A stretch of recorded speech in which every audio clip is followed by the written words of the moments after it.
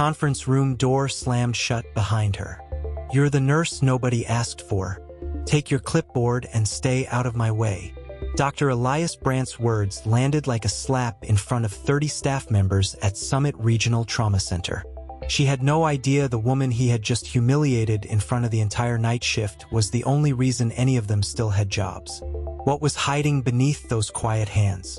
3 weeks earlier, Elena Voss had been just another night nurse on the 6th floor. 5'3", faded blue scrubs that hung off her shoulders, hair pinned back so tight it looked severe. She kept her eyes on the floor, spoke only when spoken to, and never corrected a doctor. That changed the night they brought in Captain Marcus Hale. He had not spoken in 26 months. Not since the raid outside Kandahar that wiped out his entire Delta team. 6'4" of coiled rage wrapped in silence. He shattered equipment, refused orders, sent 2 orderlies to the ER with broken fingers.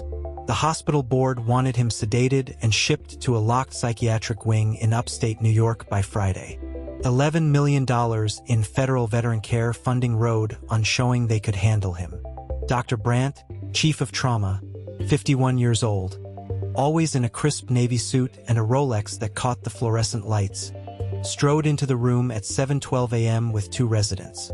90 seconds later, the portable scanner lay in pieces against the wall and Brandt stood in the hallway with coffee down his tie, declaring the patient a lost cause. He solved the staffing problem with a joke. Scribbled Voss next to Hale's room on the assignment board and told the shift, "Send the invisible nurse. Maybe he won't notice her either." The room laughed. Elena stared at her name on the whiteboard for 3 full seconds, then picked up the vitals cart. She stepped into the dim room alone. The monitor spiked the instant the door clicked. Elena stopped 3 feet inside, hands visible, body angled toward the exit, eyes on the floor. She said nothing. The heart rate climbed to 118, then began its slow descent. Hale's head turned. His gaze locked on the faint white scar across her left eyebrow, then the thin raised lines across her knuckles.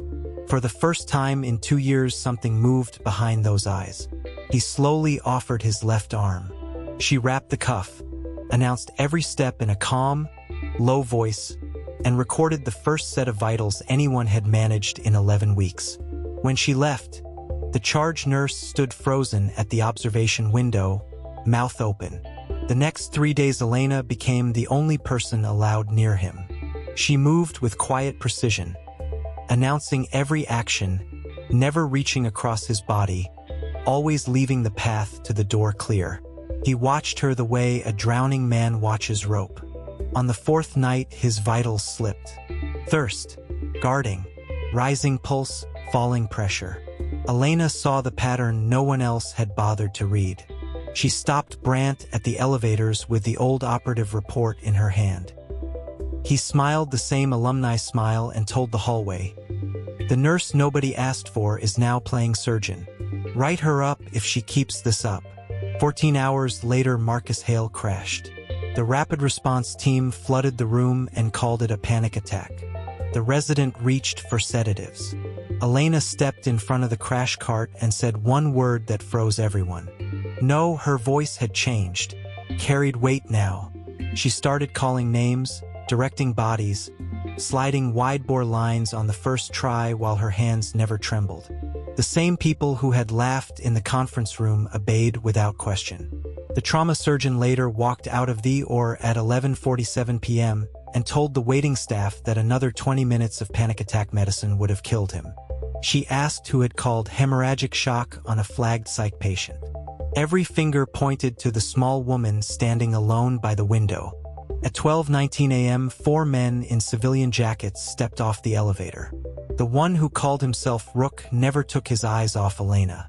The next morning, in front of the entire shift, Administrator Laura Klein demanded Elena's badge. Credential review. Suspension effective immediately.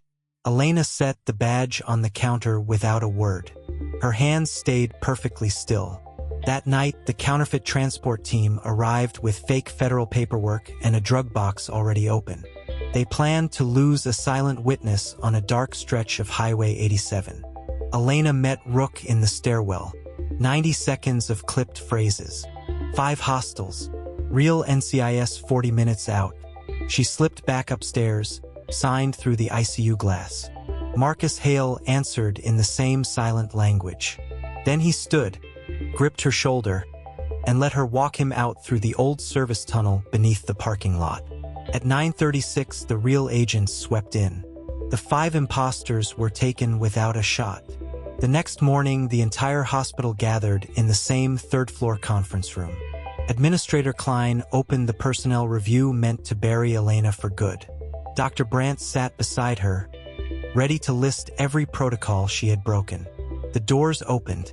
Marcus Hale walked in under his own power, still stitched, still pale, supported only by Rook's steady hand.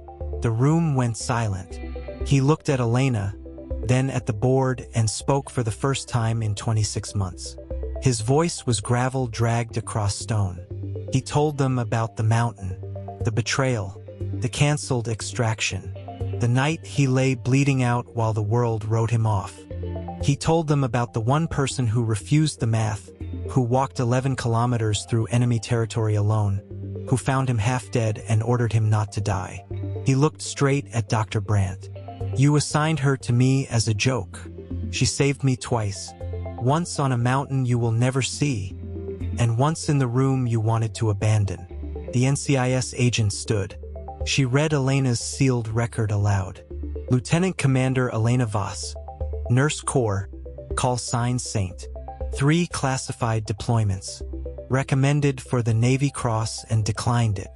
The same hands that had carried a dying operator off that mountain had quietly kept an entire trauma wing alive for 2 years while wearing oversized scrubs and keeping her eyes on the floor. The board voted in 90 seconds. Full reinstatement.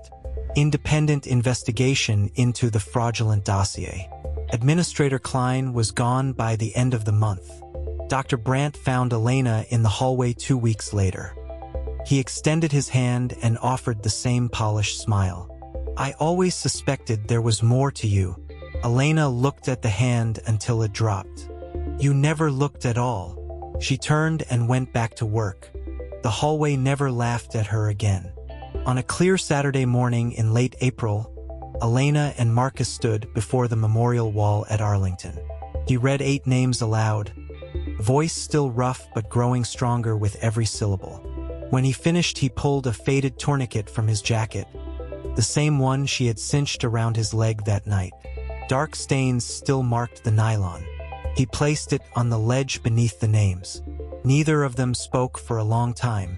Then Marcus said the longest sentence she had ever heard from him. They never blamed you. Not for 1 minute. Elena laid her scarred hand over the tourniquet for a moment, then stepped back. The wind moved across the grass like a quiet exhale. On Monday night, she badged in at 6:45, picked up her cart, and began her rounds. The floor had changed without fanfare.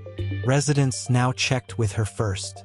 Vitals got answered in minutes. Old Gus, the retired Marine transport orderly, left a fresh cup of terrible coffee on the counter every shift with a single word written on the napkin. Saint. Elena drank it without comment, dimmed the lights in room 614, and moved on down the quiet hall. Small, quiet, exactly where she belonged. The debt had been paid, not in shouting, but in the steady rhythm of a monitor that finally held steady, in a voice that found its way back, and in the simple fact that sometimes the person you mock in the bright lights is the one who carries you through the dark. We all carry debts. Most of us never see the hands that settle them. Look closer at the quiet ones. They are almost never who they seem.